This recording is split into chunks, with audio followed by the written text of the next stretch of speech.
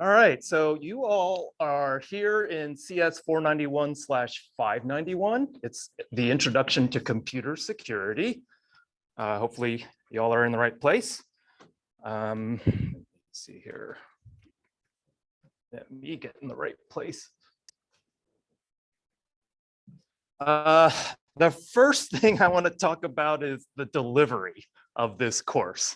I've gotten so many emails about this, and I wanted to clear this up, how we're going to run this course. So I had to commit to a teaching mode like 6 or 7 months ago.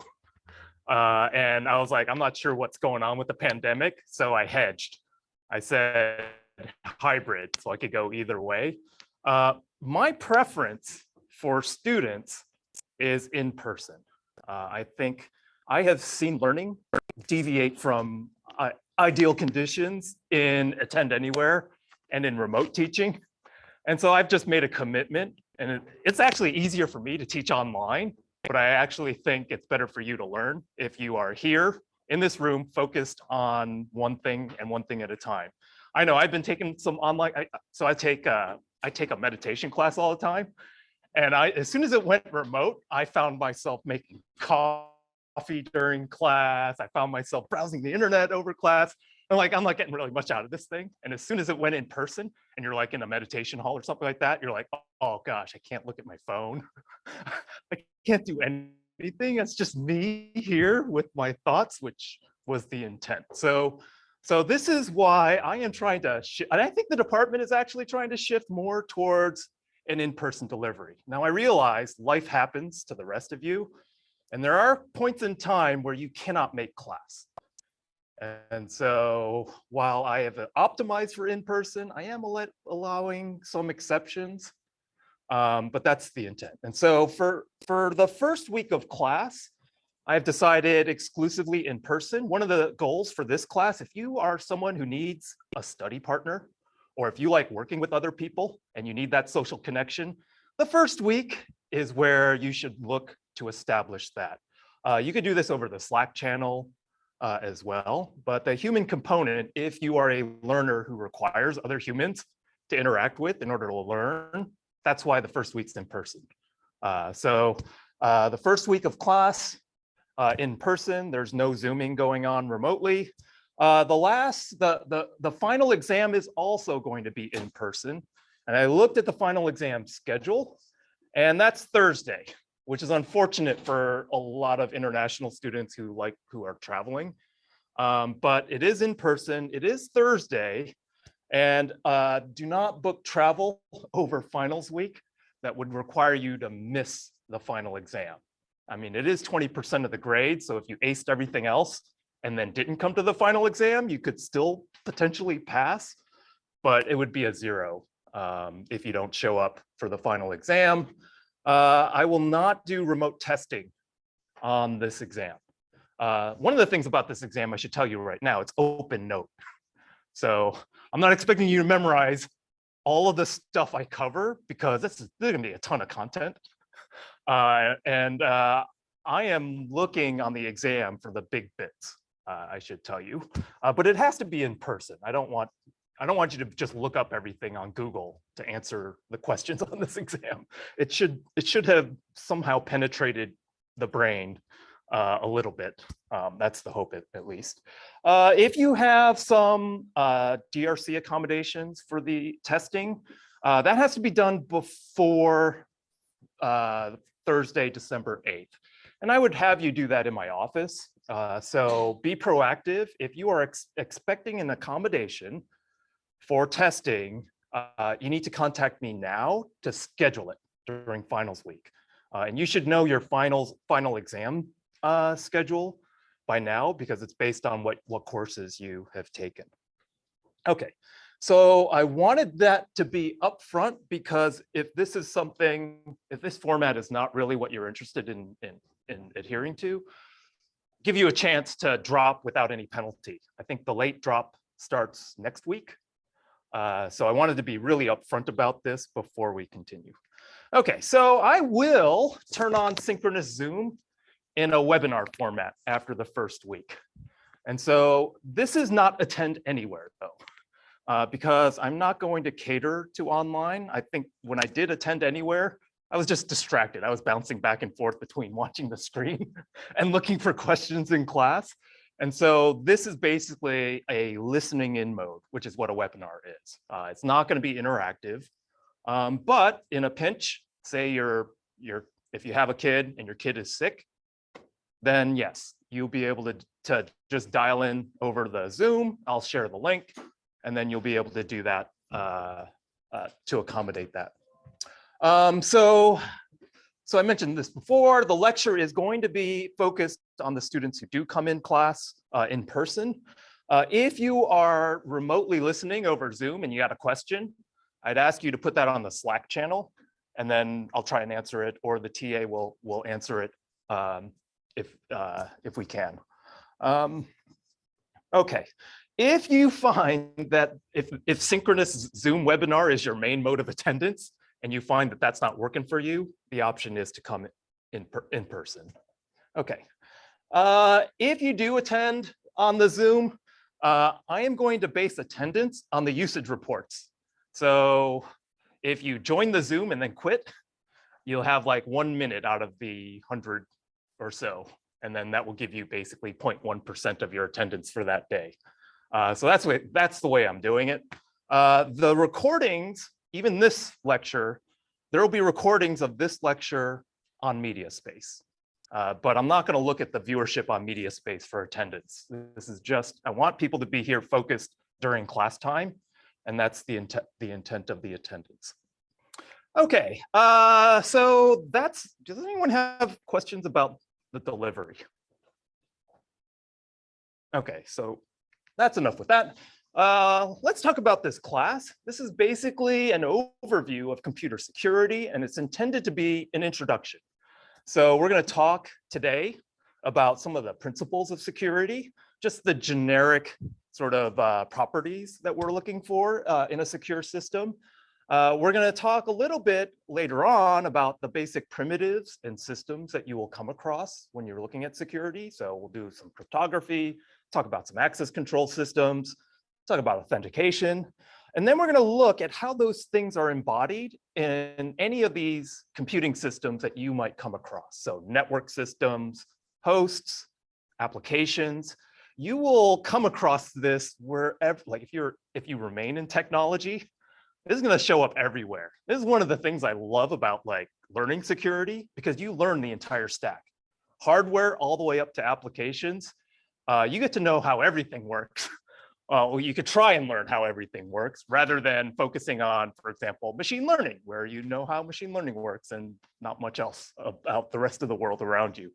So security is one of these unique things. It's like completely cross-cutting. And so if you're familiar with the National Science Foundation, one of the things that they have done is they have this secure and trustworthy cyberspace program. And it's one of the unique programs in NSF where it cross-cuts everything. It's got a social and behavioral science component. It's got the math. It's got computer science. And the reason why is because security cross-cuts everything from humans to computers. So that's what we're going to cover. And one of the things I should talk about is when I designed this course, I really wanted to think about what you might actually use after this course. So it's really hard as an educator to teach you things that you're actually going to use like after you get out of the course. And one of the things that I have drawn upon are some of these security certifications or operating system certifications you might come across. And so this particular course has flavors, has exercises that are drawn from standard security certifications. So Linux certifications, like system administrations, certifications, or offensive security certifications. So certified ethical hacker, offensive security. So these are different things that I draw upon because I believe in some shape or form, you might be able to reuse these skills that you will be going through in this class. So I'm going to put a big caveat here. This is the very first offering. So I've been doing security for like a decade. This is the very first time I've ever been asked to teach the intro course. So the first offering of any of my courses is probably the worst one because none of this stuff is debugged. And I have asked the TA, Chuhan, to try and test drive some of this stuff ahead of time, but stuff breaks and stuff breaks in peculiar ways. And so if you are in a lab, doing a code lab, and you can't get the thing to work, it might not be you, it might be me, or it might be the lab. It most likely is the lab. So on every code lab, and I'll talk about the code labs later, there's a report a mistake button on every code lab. It goes to a Google Doc that generated the code lab. If you feel there needs to be a change made to the code lab, that it's broken, follow that link, submit a suggestion on the Google Doc so that I can roll it back in. I had one student who, if you ever take the Web and Cloud Security class, I had a student submit me like 100 different mods to my code labs. And so like every week, like when he did the labs and had all these changes, I would just be there, accept. And it could be something really small, like grammatical mistakes. Google Docs is pretty good about fixing those things, but you never know. You never know what's still in there. Okay, that is this course. Where does this course fit? So some of you are taking the security certificate. It's a master's certificate. This course is meant to be the very first course you take. Now I know some of you have already taken a bunch of these other ones. The other courses are deep dives, right? So the malware reverse engineering, which we did this summer, computer forensics, which we haven't offered in a while, but we just hired someone who really wants to offer it. So that should be available hopefully in the near future. Web and cloud security, this is what I've been mostly teaching. I've been mostly teaching web and cloud security, blockchain, and then the cloud class. But this is the first time I'm doing introduction to computer security. If you want those deep dives, this is where you would go. So if there's a topic that you particularly like in this class, there hopefully is a specialized class for you later on that you can take. Okay. If you still want more, if those classes aren't enough, we have a thriving Portland State Capture the Flag Club. It's called Void Star Vikings. This is something we started like in 2012 or something like that, and it's still going. Now it's all student run. This is a bit.ly link that will take you to the Slack channel on PDXCS, which I think all of you will be joined as a part of. And then there's a link to, there's a Discord server that the team usually uses for their day-to-day interaction. So what is this thing? It's basically a learning community. And it's meant to be a supportive learning community of people who like developing cybersecurity skills. And you can go to, they'll want to participate in these events, which are collaborative contests where you're trying to hack into things. And they're really fun. This is one of the reasons that if you take one of my other courses, this is why all of that stuff is CTF based, because I used to play a lot of CTFs when I used to have more time. And that was my favorite thing to do. In fact, if they could just pay me to play CTFs, I would just be doing that. I wouldn't be, well, I like teaching too, but like I really like playing CTFs. And you can get into a zone playing these things that it's like, wow, like you feel like you've really accomplished something. But anyway, that's a digression. The other thing I want to advertise is B-Sides PDX. This is a really informal conference that we bring together the local Portland security community, and anybody who wants to give a talk, they just submit their ideas for a talk, and then we just let, it's an informal approval process, and we just let interesting talks, we just let people go up and speak. So it's B-Sides because I don't know if any of you remember records and record players. There was always two sides of a record, the A side, which you would release and play on the radio, and then the B side, which only if you bought the record you would listen to. So B-sides are the talks that, you know, they didn't get accepted into the Black Hat or the DEF CON, but they're really interesting. Sometimes the B-side is better than the A side. And we're hosting Portland's version of B-sides here, Portland State in Smith on Friday, a week from Friday. This conference is free. You can, at least until Friday, if you go to this link, and y'all, if you have computers, you can just go to this link and register yourself. Yeah, and one of the talks I want to highlight, so all of you are probably interested in getting a job after this. This is the talk that we had added just for you, just for Portland State students. There's a whole bunch of technical talks, but this is probably the most important talk for students to attend, how I hacked my way out of poverty. I hope this speaker has accepted the slot. We invited the speaker to say, yeah, please present this. So that's happening a week from Friday. And then our CTF club is doing a walkthrough, just a beginner's walkthrough of how to solve different levels. I don't know which CTF they're going to use, but there'll be, I think it's like a CTF carousel where they're just going to ask, they're going to take requests and say like, do you want to solve, which one do you want to solve? And then they'll solve the one. So I'm actually part of that workshop. So we have 5 like different categories for introduction CTFs. And so it'll just kind of like circle around the room. You get 5 different opportunities to learn about like a different skill. Do you have all the 5 categories offhand? It's like cryptography, reverse engineering, yeah, web hacking. Basics. There's one on open source intelligence. Yeah, cryptography. I'd have to look it up. Yeah, yep. It covers a lot. And so you'll see aspects of each one of those topics are going to be in this course. There'll be some cryptography. There'll be some OSINT. There'll be some binary exploitation.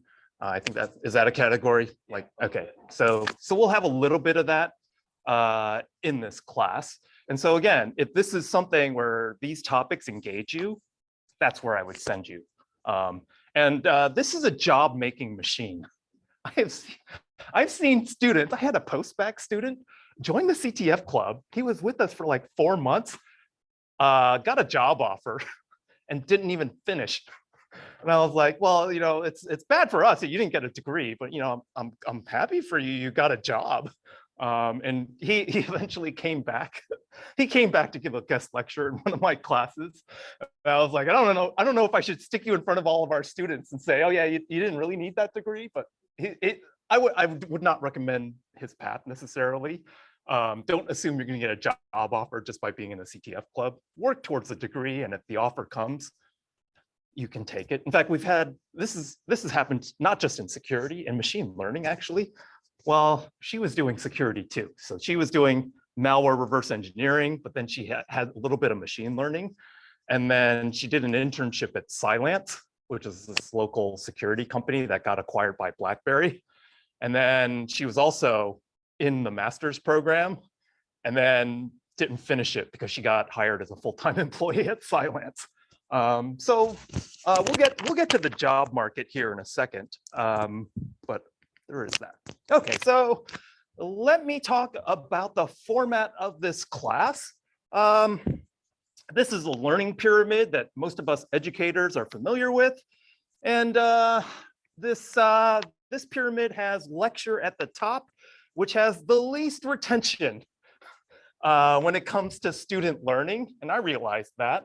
And the lecture, the in-class lecture, is basically in this class a garnish, and it's a garnish for all of the labs that I'm going to send you off to do. Most of your learning will come in doing the labs and less so me talking to you, but as you're doing the labs, hopefully something that I said during class will situate you so you get the context for what you're doing in the lab.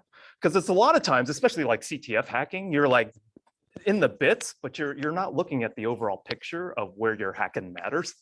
Hopefully the lecture gives you the situational awareness of where you are in the hacking field, and then you can go and do that deep dive and have it be a little bit more meaningful. So that's basically the format of this class. In terms of course support, this is the main website. I'm going to keep this up to date. Any of these, the instructor and TA coordinates and office hours will be linked off of this site. the course schedule, the resources that are available, including links to the media space recordings, the due dates of assignments. Since this is the first time I'm offering it, the assignment due dates might shift a little bit. I don't know the timing of some of the stuff I'll be covering in this class. The grading breakdown, the assignment submission instructions, all your assignments will be submitted via Git using a GitLab repository that I have you set up this week as homework number 1 or lab number 1. So all of that stuff is there. There's also the Slack channel. And so this is the channel, the pound 491 591 introsec is the Slack channel I'll be using. All of the communication should be over Slack because, in fact, if you ask me a direct question, I might actually respond in the channel if it's something that everyone will benefit from. I mean, I won't identify you as having asked the question, but if it is a response that really everyone needs to see, I'll put that on this channel. In terms of interactions on the channel, though, we have some participation guidelines. And basically, the gist of it is be a kind human being online.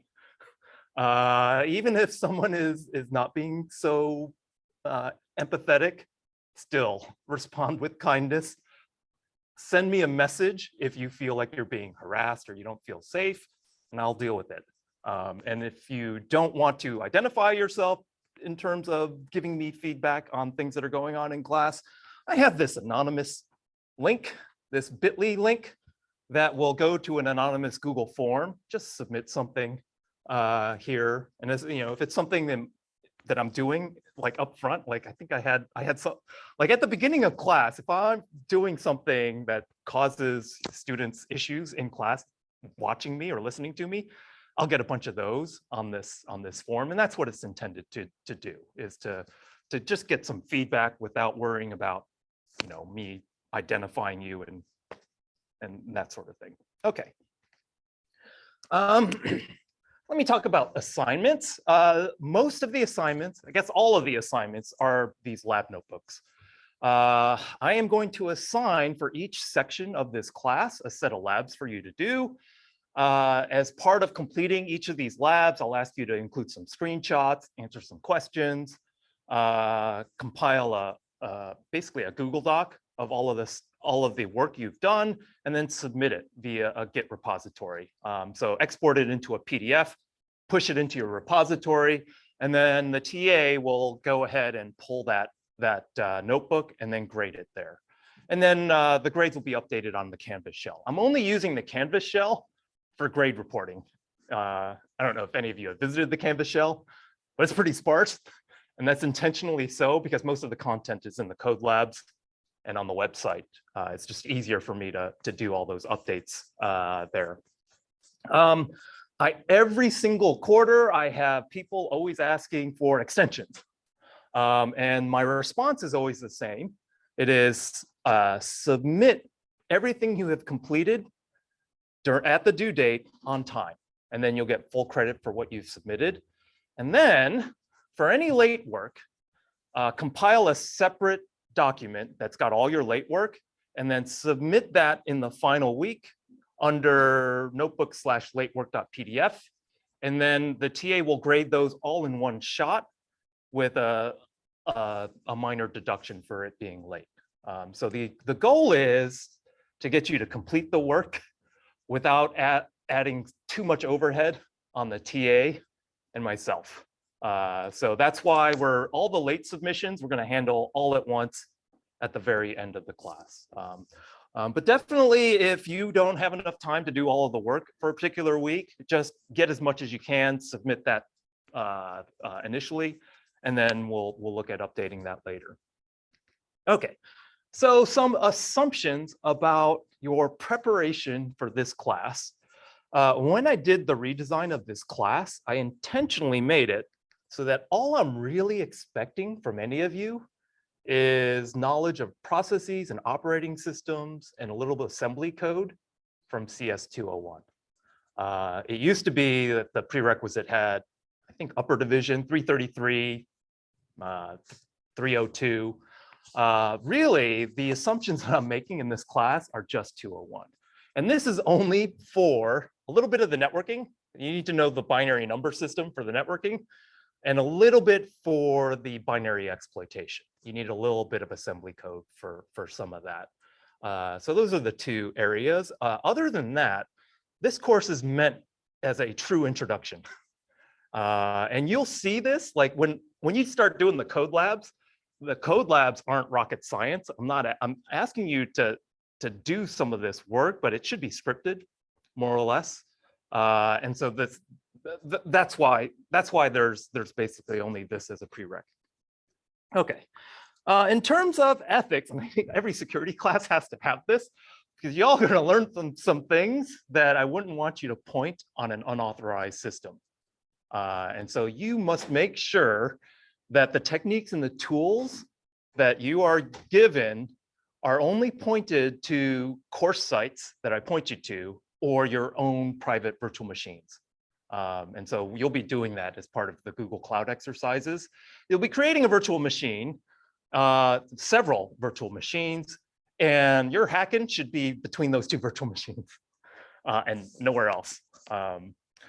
So yeah, so we have these CTFs, we have these private instances, and it really is allowing you to get practice without getting me in trouble, without getting you in trouble, breaking the law, or without me being hated by Kat. I don't know if any of you work for Kat, but Kat and we're kind of sometimes frenemies because we want to be friends, but sometimes I do something and they don't like it very much. So I'm trying to be a good citizen here, so that Jonica doesn't pull the plug in my office altogether, which I'm sure he has thought about.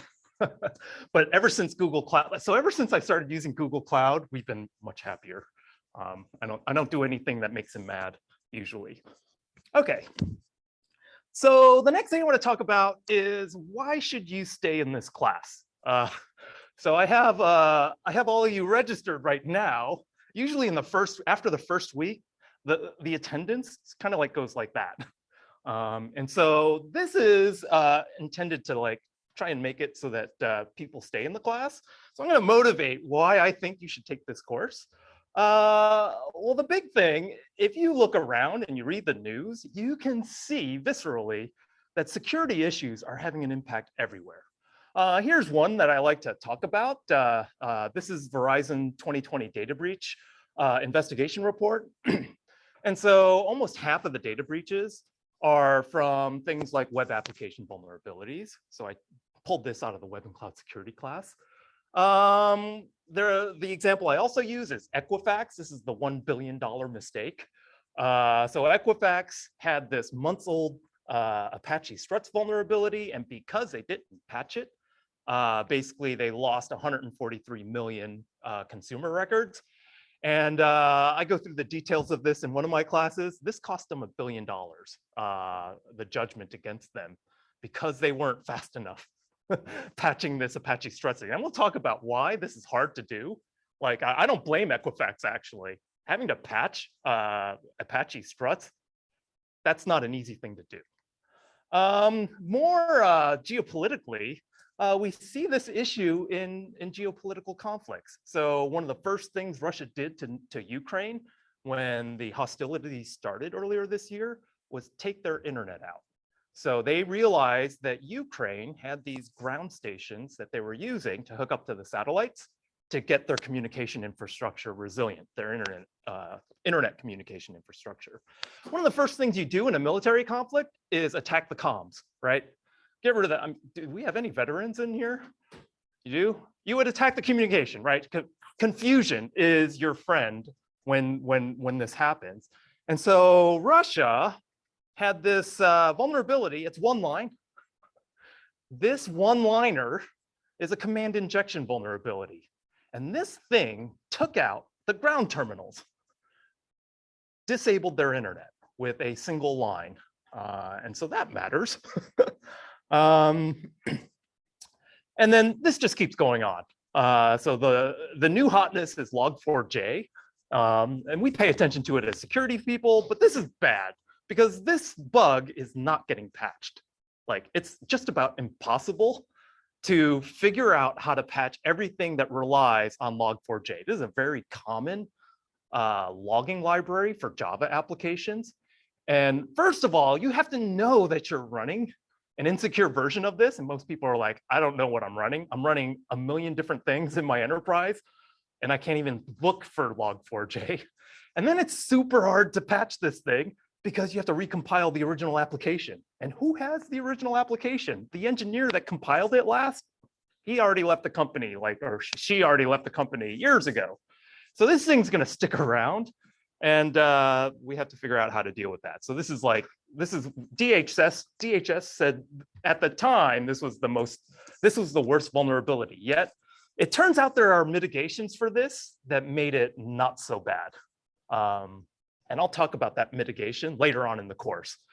There's one thing in particular that if an enterprise had deployed, prevented them from getting totally hosed by this thing. Okay, so that's the motivation. The problem is that we have all these issues in security, but if you go to this CyberSeek site and you look at how many job openings there are for security people and how many qualified people there are to take those jobs, it's a complete mismatch, right? And it's more than just wanting to work in security. You actually have to skill up. And that's why a lot of the work here is about applied stuff, because these are the skills that you need to fill these positions. And so in Oregon, we're not doing so well. I mean, this was from 2 or 3 years ago. Maybe we're doing better now. You can go to that heat map and see how Oregon is doing. I don't think they're doing very much a lot better. More job openings now. There's more job openings. Okay. So yeah, not enough qualified teachers. So if any of you like to teach, teaching is a bottleneck in cybersecurity. Like having people willing to go and teach people earlier in the pipeline the things that they know, that's a bottleneck. There's not enough people doing that. And so this is persistent, right? So the goal of the course is to hopefully produce 60 people, there's 60 people in this class, who might be interested in helping. I mean, like 60 out of 4,000, something, but yeah, it's not everything. And so I'm gonna pitch this as a career. So the good thing about cybersecurity is it's a recession-proof job.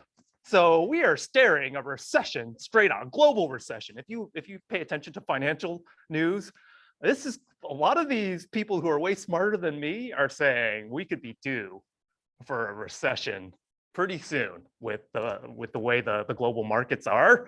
And so I like this quote. It's practically a recession-proof industry because regardless of the state of your business, you better make sure your stuff is secure, right? Otherwise, you're definitely going out of business. You might go out of business just from business-wise, but like if you have that and you have a cybersecurity incident, you're definitely out. And so the job market here for cybersecurity, I think it actually is pretty good to look at least. I mean, if you don't like cybersecurity, then there's not much to do, but this is a good job. Well, you can get good employment. And I have had several students message me after graduation, and they are in cybersecurity positions. They got a regular, bachelor's or master's degree in CS, but they're actually working in security when they're out there. But I want to give you the flip side of this, the not so good. There is a thing called cybersecurity burnout, and it's real because this is it's kind of a high stress situation, right? Like people don't appreciate you when stuff goes right because business is operating as normal. You only get blamed for when stuff goes wrong. And so you kind of have to be mentally and emotionally strong to do some of this stuff because I don't think anyone is thanking you for the job you do. Well, maybe some organizations will. But yeah, and so they did an interview over the summer. And basically 30% of these professionals are thinking of leaving. So that's just going to make more job openings, which, but I want you to know about this ahead of time, right? Like this is a part of the job market out there.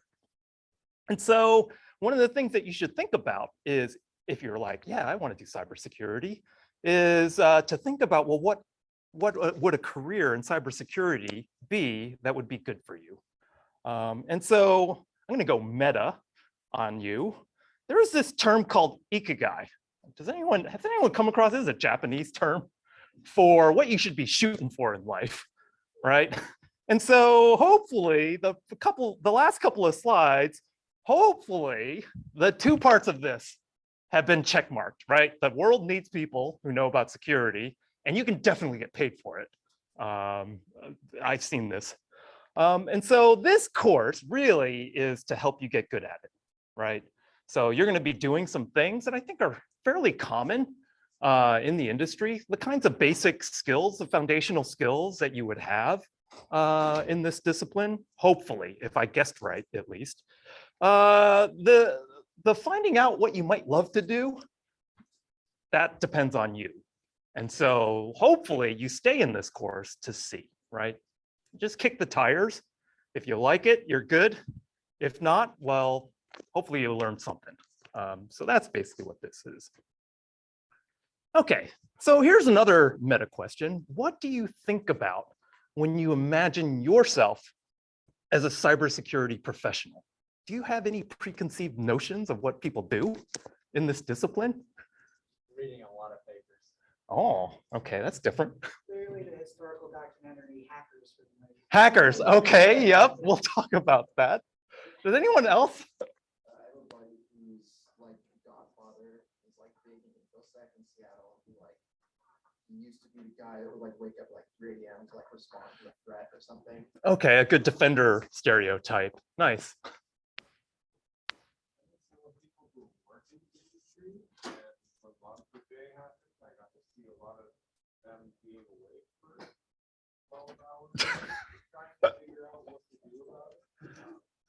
Yeah, there's a lot of mop-up duty actually. So you're like the oh, I mean, I don't want to disparage janitors, but it is like cleaning up after other people. And so I know I talk about this a lot when I teach my cloud class. It's like people love creating, right? We all love creating new things. It taps into something in our soul to be able to like put something together and send it off into the world as your contribution to society. And I get that. Nobody really wants the job to tell people, hey, you have to fix this security issue, or hey, you don't get full access to the Amazon account, the AWS account.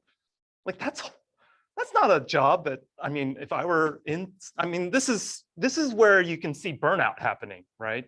Because you're in a role that might not be appreciated so much.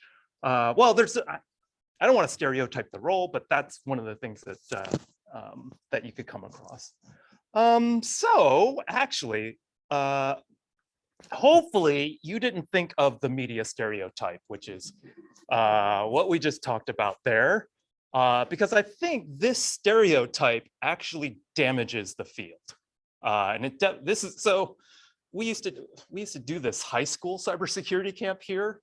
And one of if you don't shift perception early, these folks are going to take different career paths, like when they go into undergraduate. And so, like, we have to show the diversity of roles in cybersecurity. Otherwise, if you don't want to wear a hoodie and be locked away in a basement, you're going to be like, yeah, I don't want to do security, because those people they're kind of, yeah, they kind of look like losers. But you don't want to be that. And so I want to talk about right up front all of the different roles that you might be able to play in cybersecurity. And just to get you to think about, and this is not even comprehensive, these are the roles of people who are really well known in the field. So for example, a lot of your internet transactions are running using a protocol that Shafi Goldwasser and Silvio Macaulay developed. And so these are cryptographers that contributed to this. So if you're more math focused, you could do that. You could be a politician. So if you've paid attention, so this is our senator Ron Wyden, if you pay attention to what he focuses on in terms of surveillance and government mandated backdoors, he is protecting against federal overreach in the cybersecurity realm. And he is a very well-spoken politician with that regard. Like, moreover, and I'm not trying to be a homer or like be biased or anything. Like, if you look around for politicians that actually understand the internet, he's like, you can count on one hand. He's one of those folks you would identify.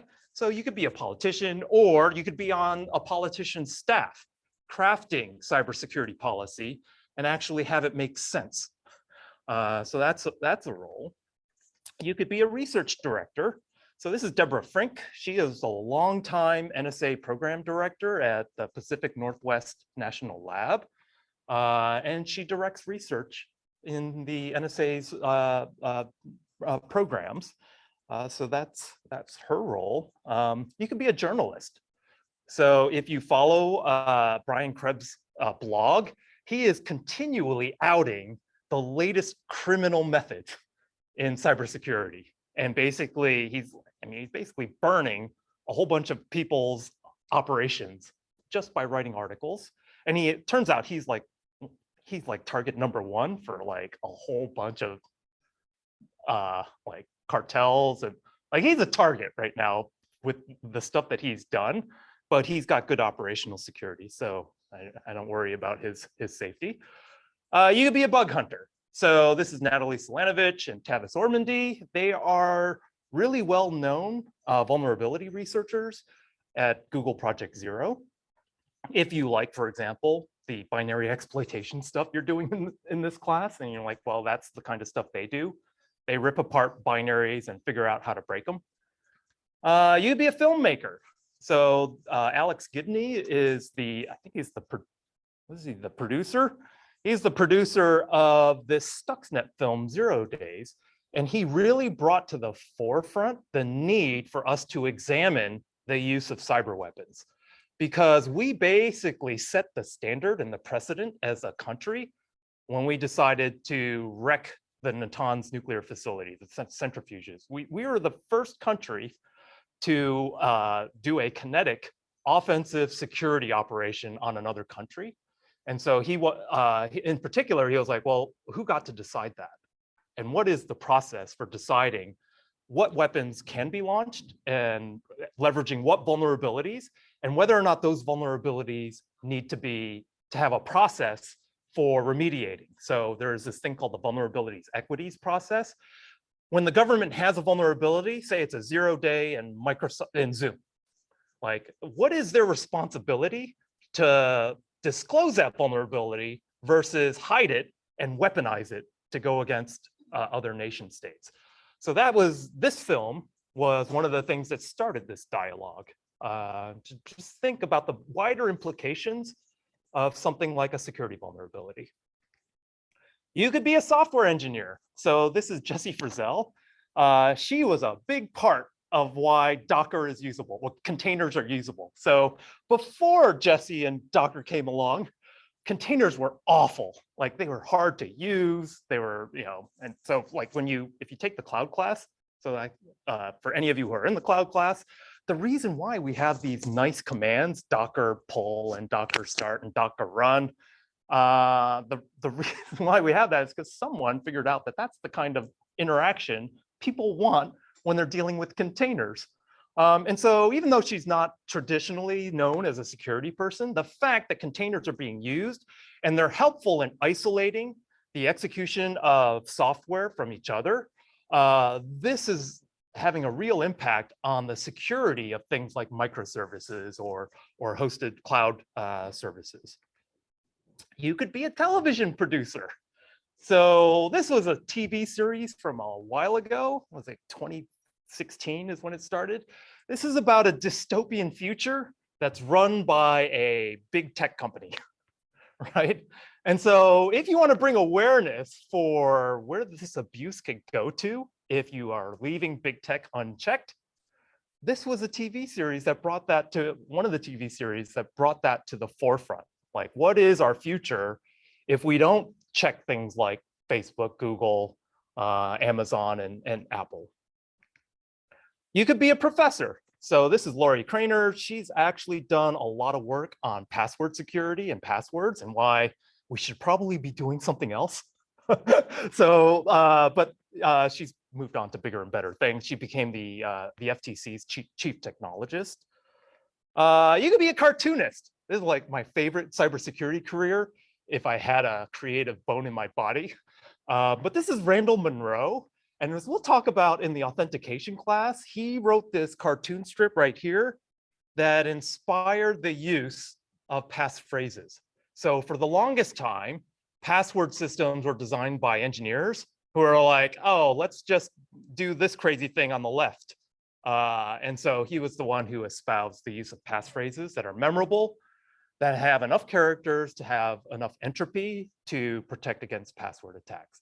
And it's just a single cartoon that he wrote, changed. And so these are the folks who really brought passphrases onto the forefront in their study. They were inspired by this cartoon, right? So cartoonists getting things done for cybersecurity. In fact, yeah, this one cartoon strip has more impact than anything I'll do, like cumulatively in my career. This cartoon's done more. And so like one of the things that we use in the what is it, in the malware class is the heartbleed bug. Yeah, in one cartoon, he like, this is how the heartbleed bug works. You say, give me hat, and it's 500 letters long, and then the server believes that person, and then you get jailbreak. And then you could be a cryptanalyst. And so here's a question: who is this person? The woman who smashed codes, our most prolific code breaker, in not only in World War I, but in World War II. Anyone know her? Just no, barely anyone would know. This is what we show our high school kids. This is Elizabeth Smith Friedman. Her husband is really well known, Bill Friedman. The CIA headquarters has got this building named after him. But the real engine, well, they were both equally strong. But she was basically one of the most prolific code breakers in World War II. She was like a human code breaker. Like, you know, a lot of the times when you're, in fact, you'll be doing this in one of your labs, you'll be doing a brute force cryptanalysis of a password thing. She would be able to look at that thing and look at the different bits and then break it in her head. Like, if you read that book, you're like, wow, that's kind of crazy. There's like beauty in math. And if you get to a high enough level, you can see the bits go through a crypto system and be able to break it, which is apparently how far she went. Yeah, this Vagoni book is the one I would recommend. Or, you know, listen to some podcasts. One of the cool things that she did when her husband died, she actually put a cryptogram on his gravestone, and people didn't realize it was a cryptogram until like 4 or 5 years ago. And then they revealed the cryptogram on this. I think they got started by trying to break code in purported codes in Shakespeare's writings. So that's how she got started. So and that's actually, I think that's how they met, the two. So it's a fascinating story if you have extra time to read something this quarter, which I probably doubt.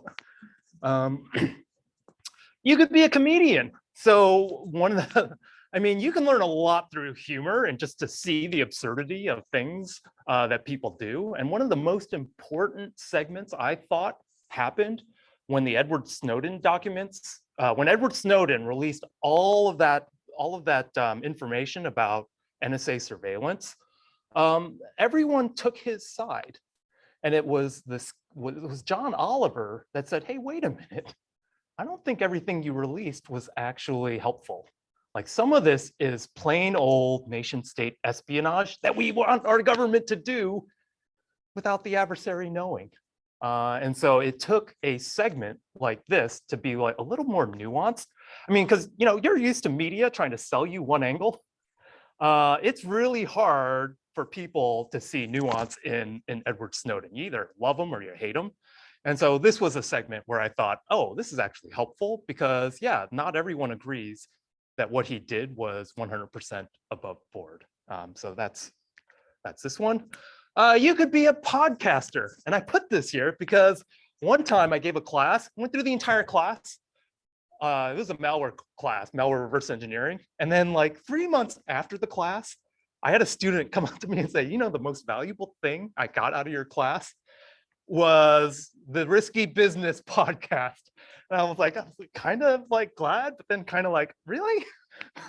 But I really recommend this podcast. This is where I get a lot of the current stuff into like all of the stuff that's relevant into this class. And I toss out the stuff that is no longer relevant. I listen to this podcast. It's very entertaining. At least I think so. I like these two folks. And so, yeah, this is a weekly podcast that I would recommend. And yeah, you could be a podcaster talking about security issues. And he's got like, he started out with one, and now he's got like 3 different podcasts, and he's like building a security empire in podcasting, I think.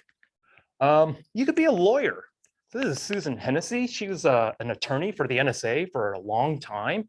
So she looks at the sort of the intersection between policy and law and the things that are going on in the cyber realm.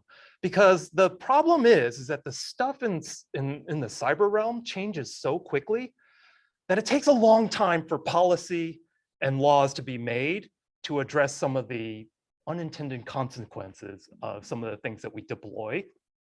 And so this is, she started the, well, she was the managing editor of this Lawfare podcast and blog.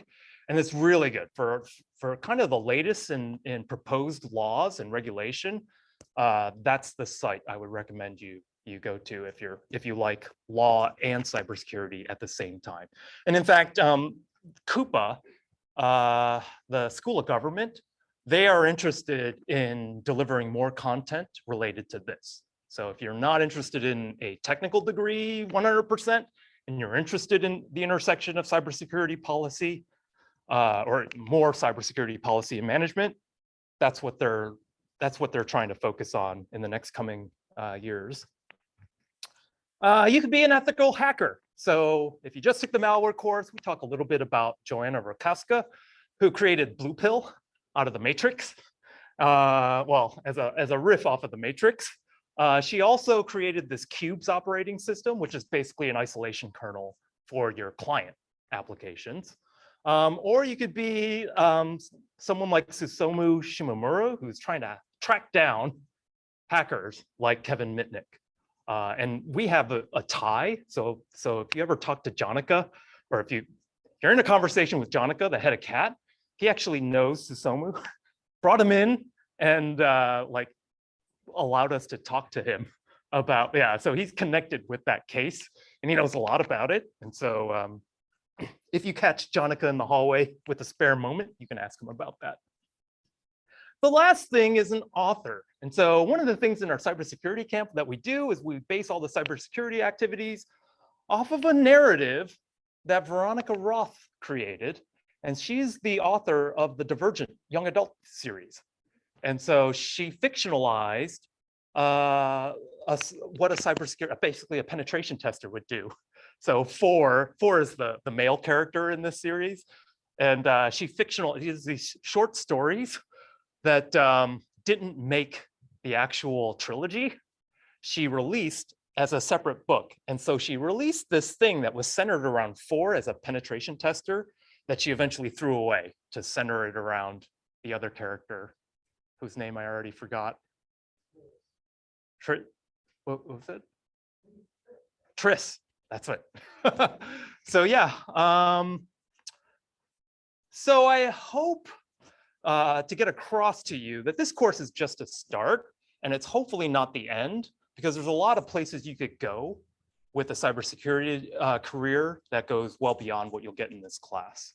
Okay, I'm going to first talk about abstract principles, and then before I get into the details, so just to review some security principles. The first thing you should be asking is, well, what is security? Please define the term.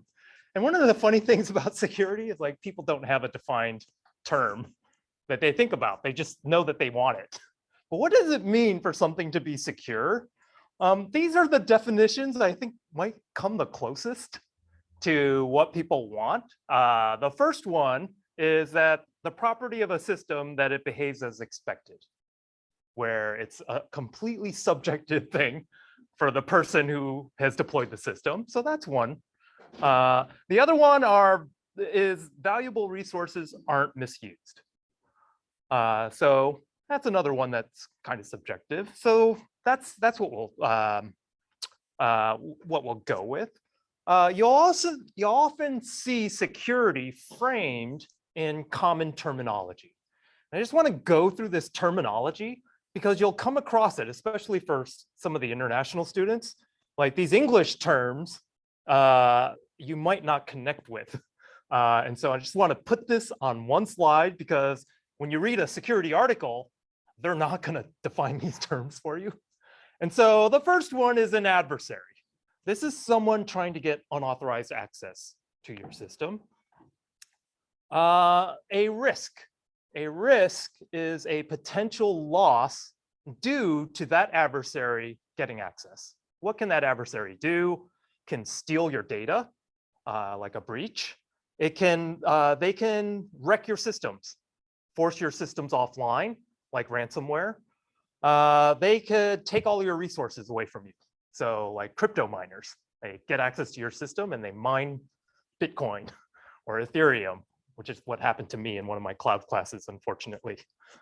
A vulnerability. This is typically defined as a software flaw that an adversary can exploit to get access, that technical vector. In this class, we'll do a little bit of buffer overflow. In the web and cloud security class, you'll definitely do command and SQL injection. You'll do some unsafe deserialization in that class, the whole gamut of web application stuff. Because that course exists, we're not doing a bunch of web hacking in this class. We'll do a little bit, but that's not the point of this class. You'll often hear about a threat or an attack vector. And these are different mechanisms at the adversary's disposal that they might employ against you. Specifically, when they launch a particular attack, this means they're actually specifically using one of these vectors to gain unauthorized access. And if they're successful, we call it a compromise. Okay, so hopefully those terms, they're kind of common sense to, well, at least for the native English speakers here. But that's common terminology that you'll find being used. One of the things in security is that you can get stuck in the details. You can be stuck in the weeds and not see the forest. In order to see the forest, to see the entire battleground of security, we typically do things like model, like abstract the behaviors out and try and model it at a higher level. And so one of the ways we'll do this is we'll develop a threat model. And what a threat model does when you're looking at adversaries employing particular threat vectors, a model encompasses all of the sort of the mechanisms that your current adversary has at his or her disposal. So if this particular threat actor only uses spear phishing, then your threat model, the thing you want to protect against, is just spear phishing. And so, but if the adversary has spear phishing and SQL injection, then you would have to do both of those. One of the examples that I sometimes use is financial institutions, banking. Banking sites have to examine what financial adversary groups are trying to do. What are the mechanisms in these Fin7 or Fin8 or these threat groups? What are they good at? And as a defender, you would use a threat model to say, these are the behaviors that my most prominent adversary is using, and I'm going to model that and make sure I address that when I play defense. And that's how modeling is very useful, because it allows you to focus on the thing that matters based on what the attacker is really going to use against you.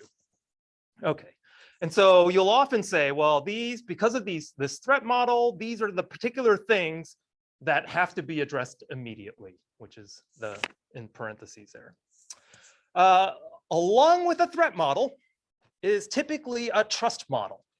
And trust models are, these are everything, all the pieces in my organization and the people in my organization who I trust, who are not compromised. Like, so like if I'm gonna say, I am trusting everyone in my organization to do the right thing, I've explicitly decided not to take care of insider attacks, right? So you have to define what your trust boundaries are on your system. And it's like, hey, my trust boundary is everything Microsoft produces is trustworthy. And that is a model, probably not a very helpful one. But oh, I shouldn't call out Microsoft. They actually have been doing a lot better than before. Okay, and then finally, the last thing you might come across is a security model. And you basically take your threat model for an organization, they have a security model, they take their threat model, they take their trust model, and they say, what are my goals? Security goals. And that is their security model. And it gives them a direction for how they want to lock their stuff down. And so this is the part where, well, what are security goals? If security is poorly defined, what does it mean for an organization to develop a set of security goals? And so the most common thing you will come across in terms of security goals is this thing called the CIA triad. And you cannot pass an intro to security course without knowing what this acronym is, because I have heard from folks who hire cybersecurity people that there are people who come to interviews and not know what this is. And this is a problem because these are the properties that you would typically go after if you want to secure a system. So these are the three main things that almost everyone accepts as security goals. Confidentiality, integrity, and availability are the three. Now, again, we have to define these terms. These terms don't mean, like, if English is your second language, you seem to like, what are these terms? So confidentiality. This is the property that only authorized individuals, entities, or processes can access particular information. So it's secrecy is another term. So for example, your personal information, you want to keep confidential. And then maybe a business's proprietary information you want to keep confidential. So here's a question to ask yourself. Which of these pieces of information, when we talk about personal privacy, would you be okay with sharing with an adversary? Like, maybe all of you don't have any adversaries, but like, if you had an enemy in the world, and like, would you want to have them have all of this information? You're like, yeah, probably not. Maybe that would cause me financial ruin. I gave them my password and my login to my bank site. But what about these? What about content that is commonly found on social media, right? If you had someone out to get you and you had this on your social media, would you feel safe? And of course, if the answer is yes, I would ask you, and only the people who say you're okay sharing this stuff, to watch this video. This is a fictionalized version of someone getting their stuff hijacked using these kinds of techniques. Okay. Yeah, I'm noticing a lot in that right column is like when you reset the password, it asks you a challenge question. And it's like all over the side. Yeah, and that's basically, yeah. So this YouTube, so one of the things that we teach in our high school camp is like, hey, you know, a piece of art can influence cybersecurity awareness way more than you taking a class with me. And so like you watch a clip like that and you're like, oh yeah, that's not a good idea. And then it changes like perception of a society. So that's where like having a cross section of people with the creative mindset, with the technical accuracy matters. Like Veronica Roth, I'm like, I don't know if she has formal cybersecurity training. When she wrote that short story, I'm like, wow, this is like technically very accurate. So I'm going to use it, right? Because it's not like, it's hit or miss. Like you'll watch some movies, you're like, ooh, you cringe, right? But then you'll see Mr. Robot and they're sitting there basically doing Metasploit on a target using the actual commands. And you're like, hey, wait, somebody actually took some care and wrote that. So, all right. So it matters in a lot of places. So I'm going to just show you all the places where confidentiality is broken. So password managers, you want those things to keep your passwords secure. Here's an example from this month. I like keeping my examples current. Yeah, this manage engine vulnerability, this password management software was revealing people's passwords. This is an interesting one where soldiers with this fitness application were exposing their locations within military bases. So if you are a nation state and you're trying to figure out where people congregate inside of that base, because you're a target, right? Like in war, you're a target. So you would shoot missiles at that thing. And you're like, oh, well, then it does matter that people aren't wearing their Fitbits everywhere in this case. Military information. One of the biggest things that was a weakness in the Russian military when they invaded Ukraine is that they didn't have secure comms. So they're using the infrastructure, the civilian infrastructure for military communication. And that's where you're getting all of this information about conversations overheard between commanders and soldiers. And that's where they're targeting all the command and control people in the Russian military. So if you see that they've taken out a lot of the higher level officers, well, they're using insecure communications that can be tracked. And so this is one thing that has definitely played out in this conflict.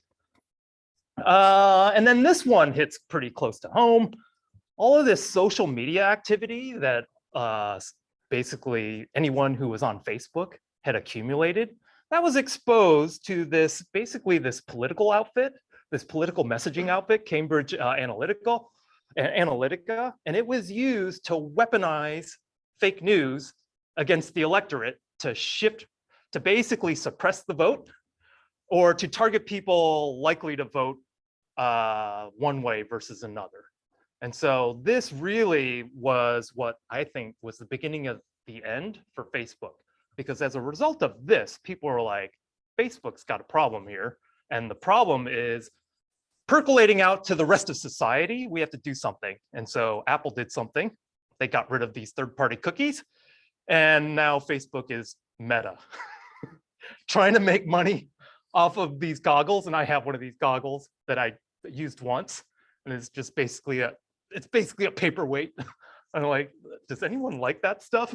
Maybe I can sell you one on the cheap.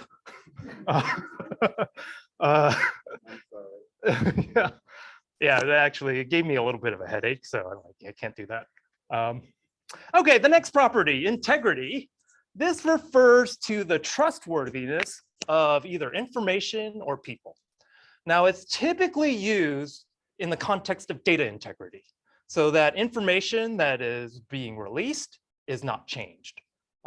So things like, withdraw $100 from my bank account on an ATM, you want to make sure that that doesn't turn into something larger along the way. So that's data integrity. It also includes origin or source integrity, and we call this authenticity, and that the information came from the individual entity or process that you think it did. So this is why John Hancock, framer of the Constitution, that it was a letter he sent because he had this signature that was hard to forge. And we'll talk about the digital equivalent of that when we get into the cryptography parts of this class. So where it matters, well, you could be downloading fake applications that are hijacking your phone and the information on it. So this is a malicious Pokemon Go app. You could be doing something as low level as advertising internet routes that don't belong to you. And we'll talk about BGP hijacking, which has been happening, still happens, where people get like Amazon traffic, AWS traffic sent to them instead of AWS, which is a problem because the nation's infrastructure, half of it is running on AWS, unfortunately. And so this is where they were like, oh, Russia black holed a whole bunch of traffic for like 5-10 minutes. So this is something you could do. And it's like, oh, that's an attack on the authenticity of the route advertisement. Actual human identities. So our neighbors in the South basically got phished out of almost $2 million because the adversary posed as a contractor and said, hey, I just did some work, pay me money. And actually the city of Portland just had this happen to them. So this is happening a lot. This is like business email compromise and phishing is an attack on the identity of the sender for this particular case. The software itself. So this was a particular case where Alex Berzin put up a package on PyPy that happened to be named the same as some of the internal packages that were being used in Apple, Microsoft, and Google. And having this thing pull from his PyPy package versus the internal one, this is called dependency confusion, allowed him remote code execution inside of Apple, Microsoft, and Google because the software build process just trusted that the right package would be retrieved. And so you are taking the legitimate package and you're saying, well, don't go to that legitimate one. Here, I have a similar, exactly the same named package from a different source, pull from that instead. So that's an attack on authenticity. Code signatures. So we'll talk about software code signing and digital signatures later on in this course. But if you can forge the John Hancock signature, the digital version of the John Hancock, you can win against everybody because everybody is looking for a valid signature, regardless of where it comes from. And that's basically what Stuxnet did. Stuxnet hijacked the signing keys of a compromised signer and then just used it to trick the control system into believing the code it was running was legitimate, when in fact it was not. So that's an attack on the integrity and the authenticity of that signature. Probably the most impactful one these days is the integrity of the news. And so these were the top 5 fake news stories in the 2016 election cycle. So you can see Pope Francis endorsing Donald Trump. Well, that actually, if you target the evangelicals, that actually works, right? And this is where like having the Cambridge analytical data and then targeting those ads and this fake news story to evangelicals on Facebook, you see how that makes a difference, right? The one that I like, you could target this one. So Democratic leaning voters, yeah, you read an article that says, oh, she's disqualified. So why vote for her? So that's voter suppression on the other side, right? And this is where they hacked democracy. Like as a result of this, they were able to shift those votes, and it was a pretty close election, right? So we're only like 20 or 30,000 votes one way or the other. Well, in that election, it was 20 or 30,000 votes one way or the other. Or the Bush Gore, like if you're old enough to have been around for Bush Gore, that was only like 700 votes, right? So if we had weaponized campaigns like this, yeah, 700 votes is probably easy to shift around. And so that's where authenticity matters. And this is where the battle is being placed on censorship or moderation. Like this is a gray area too. This is not black or white where that's fake and that's not. Like it's pretty gray actually, because a lot of some of this stuff that you label even as opinion, but then have falsehoods. It's like, well, what? Or even satire, right? Like where is that line where yeah, that's okay, but that's not? I don't know. Content moderation is not a job that I would want in cybersecurity, but some of you maybe. Okay, the last one is availability.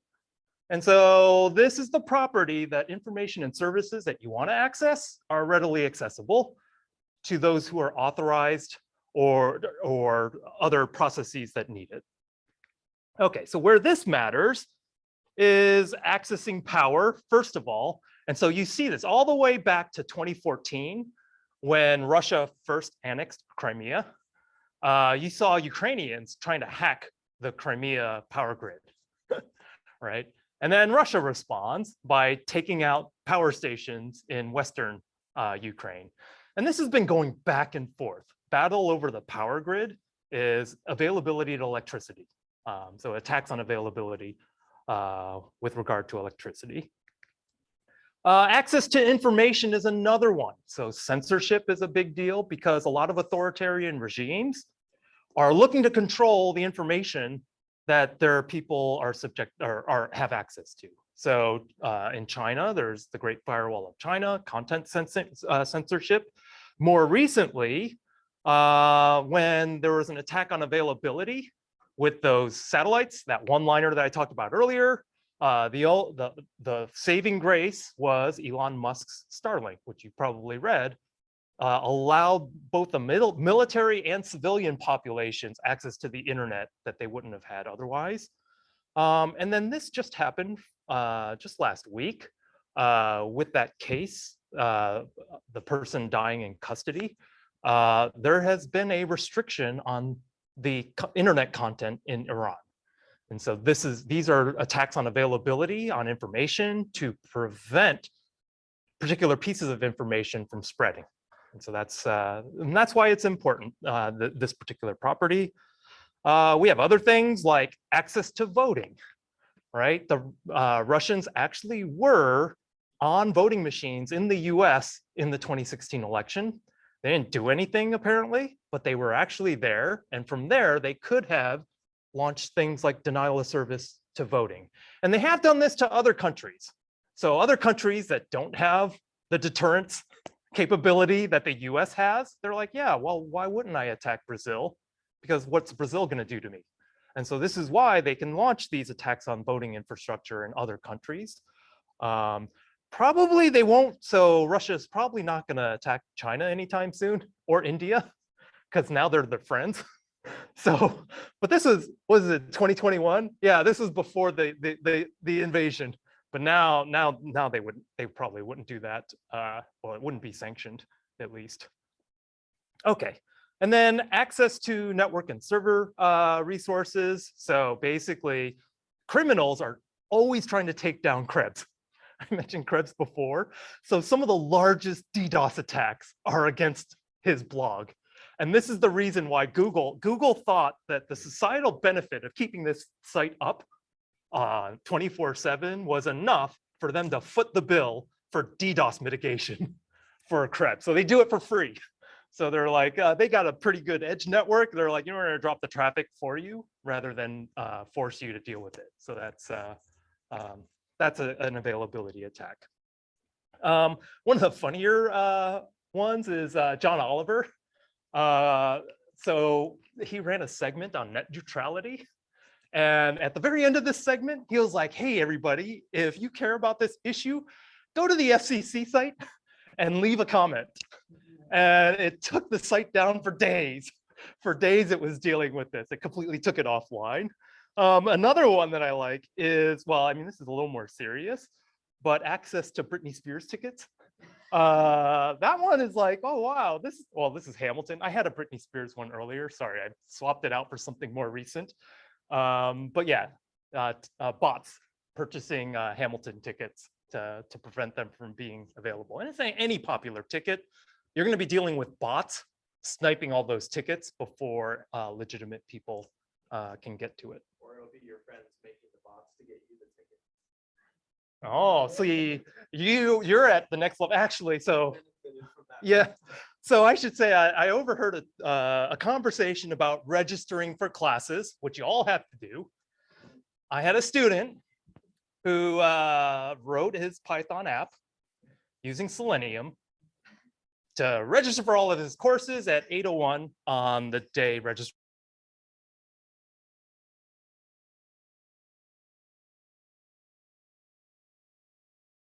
With, obviously, it's like the tragedy of the commons. Like, you don't want to put it on the Portland State Slack. Like, you're like, hey, here's my code for registering, because then it like defeats the purpose. And then we'd have to, yeah, I don't know what we would do as a department. Actually, it's not our problem. It's the university's problem. But yeah, you could write a Python app to do that, to automate your access to. Actually, then it would be if it made the news, then I could use that as an example here, and that would be sweet. But don't tell anyone I encouraged it at all. Otherwise, yeah, actually, I would get in trouble for that, I think. well, we'll see. Okay, we are gonna see, and just to give you a preview, CIA is gonna show up everywhere we look, right? And that's just, sorry about the pun, but they're gonna be there. When we talk about network security, we'll talk about eavesdropping on communication as a confidentiality attack. We'll talk about modifying communication as an integrity attack. And we'll talk about preventing communication from happening as an availability attack. When we talk about host security, we'll talk about leaking sensitive files as a confidentiality attack. We'll talk about replacing or trojaning files. So like in the malware class, trojaning a binary with some malicious backdoor, that's an integrity attack. We'll talk about preventing access by doing something like ransomware on a host to wreck availability. When you talk about application security, we can talk about sensitive memory leakage. So that Heartbleed bug, for example, let me leak the server's private key, the signing key, the TLS signing key. That's a confidentiality attack on an application. Let me hijack program execution. And this is what you'll be doing in module 7. You'll be doing buffer overflows to hijack code execution things, something similar to what you did in 201, but a little more advanced, where you're hijacking the execution of a legitimate binary. And this is what adversaries do. They'll just take over something that's been blessed by Windows or by Linux, and then they'll just run their own code. And then availability attacks. Can I give this application something that'll cause it to crash and lose access, prevent it from providing its service? So this is just a preview, and this is why knowing what these properties are allows you, when you see an attack, say, oh, that's an attack on one of these 3. Now, I told you that the CIA properties are the common ones, but there are things that are related to these that you will come across as secondary properties. Related to confidentiality is privacy. And privacy is a little bit more focused on the end user, I should say. And so this is the ability to stop personal information from becoming known to people that you didn't intend to have. This is really hard to do in this day and age, because there's so many ways you can leak data that you didn't intend to leak, that it's really difficult for you to do an audit of who has access to what pieces of information of yours. So for example, you could look me up and you'd be like, oh, property records of the city of Portland. I know where he lives. I don't like him very much. Maybe I'll toilet paper his house or something like that. So you'd be surprised how much is out there. And those are privacy attacks. Related to integrity, there is a term you might come across called assurance. They'll sometimes say information assurance or system assurance. This is the confidence that the system will meet its security requirements. It's like, how comfortable am I with my current security, my integrity posture? Like my current system is gonna keep operating as intended, is the assurance property. Related to availability, you'll see these 2 terms.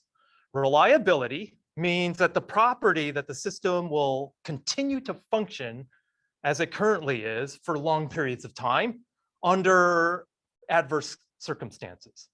So if you go out, actually, we used to offer this course. I think Bruce still offers this course on site reliability engineering.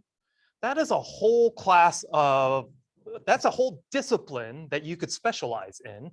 And the whole point of site reliability engineering is to make sure that site stays up across any kinds of outages or attacks that it might be subject to.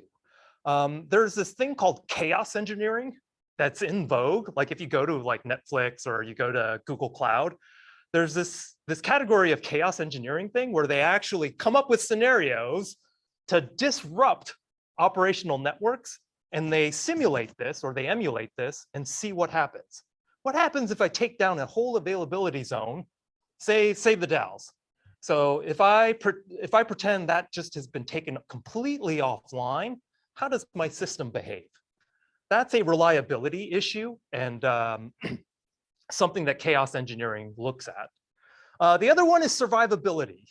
And this is the ability, it's similar to reliability, but it's the ability for a system to still operate when you have a catastrophic disaster happen. And so one of the things that we'll talk about, and when we talk about the, no, not here. When you look at the internet protocols and how they were designed to withstand a nuclear attack. And so if you look at how those protocols, if you take the cloud class, we'll talk a little bit about this. I'm not going to talk about it that much here, but the way the protocols were implemented and the way the routing works was intentionally designed to survive nuclear attack, because it was, the Department of Defense is designing this thing. That was their requirement. And that's survivability. Like, can I, what is that movie, The Day After? Can I be operational the day after? That's a movie. That's a movie that Ronald Reagan watched, and it led him to start talks with Gorbachev on nuclear arms reduction. So actually, that's a brilliant case where a movie has impacted society way more than anything that well, maybe some of you, but definitely anything that I've done. It's like that one movie led Ronald Reagan to say, enough nuclear arms, I want to reduce them. And then he unilaterally picked up the phone and called Russia and say, hey, let's do something about this. And that's what that ICBM treaty that happened 3 or 4 years after that, that's where that happened. Okay. Wow, I only have 15 minutes. Oh, I gotta hustle. Okay, so the other things I want to talk about are strategies. So those were the properties. There are 3 strategies I want to talk about that are helpful. Defense in depth, think like an adversary and keep it simple. I'll quickly do this. So what is defense in depth? The idea here is that you want to layer your defense mechanism. You don't want to have a single point of failure. So that's similar to reliability. And so the example I'm going to use is terminal access. And so say you have a terminal that you want adversaries to get access to. I hope you can see this. And so here's a terminal in an air-gapped vault, right? No network connection. So maybe I'll protect that with some voice recognition. So maybe it's stored in a vault. And in order to get into the vault, you have to speak into this keypad thing. And it activates the door entry. And then after you activate it, maybe you have to punch in a 6-digit authentication code. And then after that, you walk into the door and it's the outer door and there's a human in there to vouch for who you say you are, make sure you're legit. And then there's a retinal scan to get into the vault. And then after that, there's a physical key that you have to be carrying to unlock the door. And then in the room itself, whenever you're not in it, there are sound, temperature, and pressure sensors when no one is in the room. So yeah, that's pretty secure. That's defense in depth. So which place is this and what movie? Does anyone know? Has anyone watched this recently? I watched this a couple of years ago, but I don't remember what it's called. Okay. First Mission Impossible. And where is this? Do you know what place does this fictionalize? This is CIA headquarters. They're fictionalized CIA headquarters. So if you remember the plot, he has to like hack into this thing to get some kind of knock list of agents, covert agents that the bad guy needs. The bad guy is trying to get him to get it in order to do something else. I forget. I watched this a couple weeks ago actually, so that's really that's really age. Okay, so some actual examples, some real life examples. If you want to do defense in depth and you know malicious requests are coming your way, one way to deal with those is, you know what, at the application layer, in the web server, in the application server, in the database server, I'm going to put in some request sanitation code to clean these requests before they hit the actual application itself. So that's one thing you could do. You know, you have your application protections, but you would want to layer that with perhaps a network defense. So maybe I set up some firewalls or I implement network segmentation so that compromises in one don't lead into compromises to another. So that's the idea of layering these things, and it makes the adversary's life a little bit more difficult. They have to hit the web server and then bypass the firewall and then hit the application server and then bypass it. to hit the database server, that's much easier than just going directly to the database server. So that's an idea of defense in depth. And this is something that we'll eventually get to in your networking labs. Another example from malware. So you're getting sent a bunch of malware, and you want that malware not to hit any of your systems. So one of the things you could do is you could say, oh, you know what? I'm going to do this content filter. And I'm going to filter all of this mail. So this is my malware. This is all the legitimate stuff. So the malware is going to get blocked by this content filter, and anything that is known to be malicious, I'm going to look it up on VirusTotal and say, oh yeah, that thing says malicious. I'm gonna just clean it out, just delete it. But if it doesn't show up on VirusTotal, you're like, uh-oh, I gotta do something. So maybe I'll train my users. I'll say, hey, if this attachment doesn't come from someone you know in the context of a conversation you've been having, don't click on it. And so then the user, it doesn't get behind the user, but maybe you didn't invest in that enough resources in training your user. And then after that, maybe you're going to implement, and this is all the rage right now in security, allow listing software or code signing, so that when the user clicks on that, something is going to check the code signatures or going to check the actual program itself to see whether or not it's a program that should be run on that particular system with a default of deny unless it's known. That's what allow listing is. It's like, hey, I know these particular programs should be executed on this system. Anything else, toss it out. So that's another layer. And this protects you against this, remote code execution on your CPU. So that's just another example of defense in depth. And we'll do a little bit of this. We'll talk about code signing. We'll talk about phishing training. Content filtering, that's more of a malware class topic, but you could take that class if you like that stuff. The next thing is think like an adversary. So analyze systems with an attacker mindset. And this is where having computer security is one of the least diverse disciplines that we have in computer science. And that's actually saying something, right? It's bad in CS. It's worse in computer security.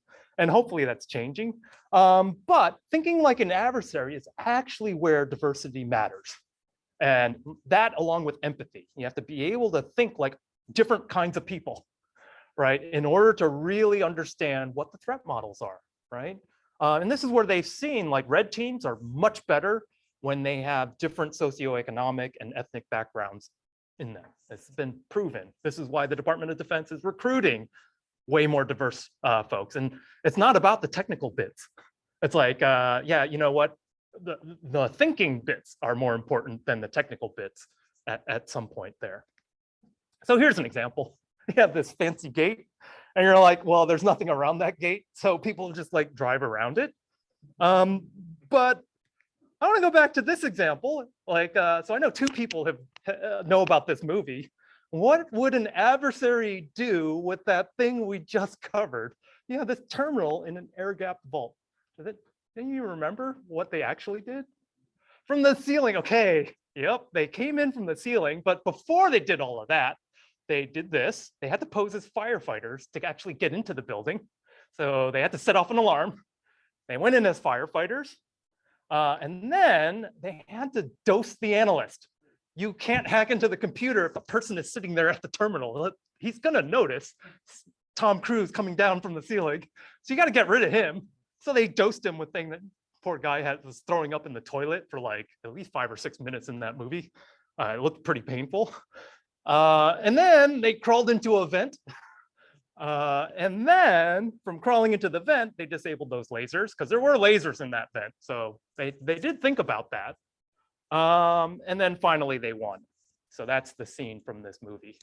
And so, yeah, this is the kind of, we call this red teaming, right? You show me all you're doing to protect yourself, and then you would hire a red team to say, break into me, or penetration tester.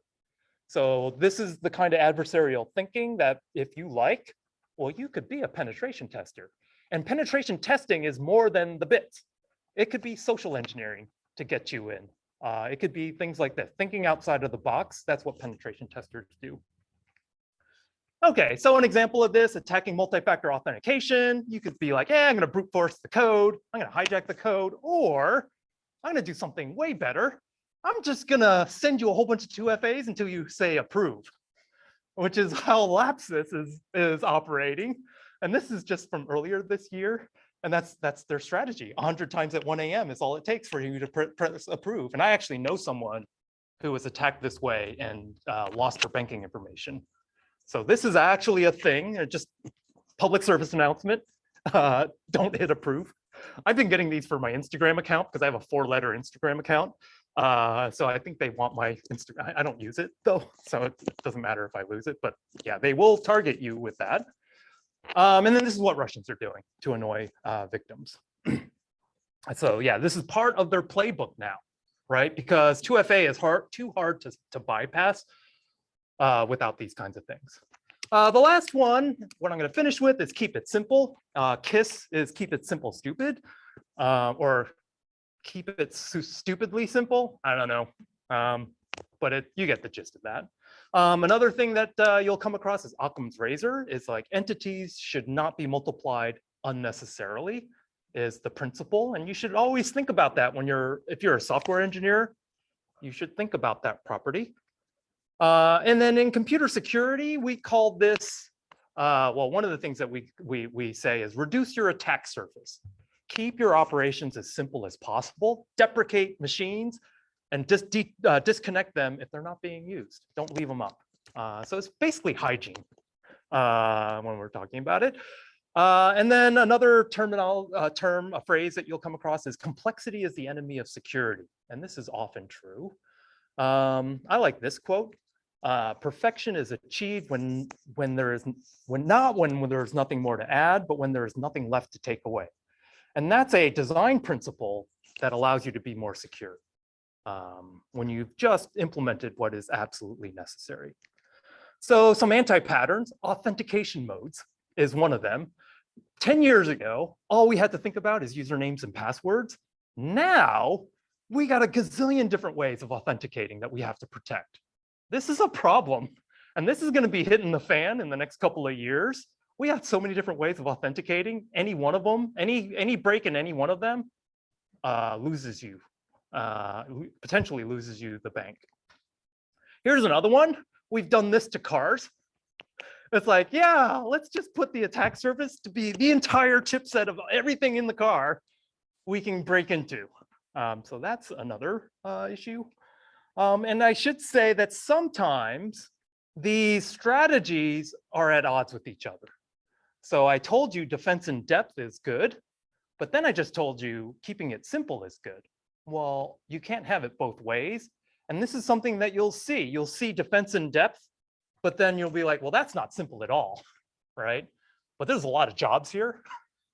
So until they really keep it simple, I think you all are potentially employable. You just have to pick the thing you want to specialize in, and somebody will be deploying that countermeasure.